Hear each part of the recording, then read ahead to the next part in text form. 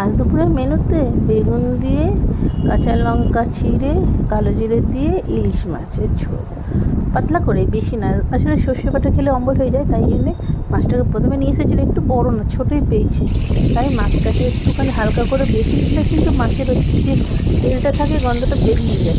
আর অল্প হলুদ দিয়েছিলাম, হলুদ দিলেও কিন্তু ইলিশ মাছের গন্ধটা ঠিক উপে যায়। একটা হালকা হলুদ নুন দিয়ে ভেজে নিলাম, হালকা করে ইলিশ মাছ কাঁচাই করলে ভালো হয়। এবার হচ্ছে কড়াতে কালো জিরে, একটু লঙ্কা কয়েকটা দিয়ে আর বেগুন কেটে দিয়েছি, ফালি ফালি করে বেগুন ভেজে নিয়ে তার মধ্যে একটু জিরে গুঁড়ো, নুন, হলুদ অল্প করে দিয়ে কষিয়ে নিই, কেননা তেতো হয়ে যাবে বলে জল ঢেলে দিলাম।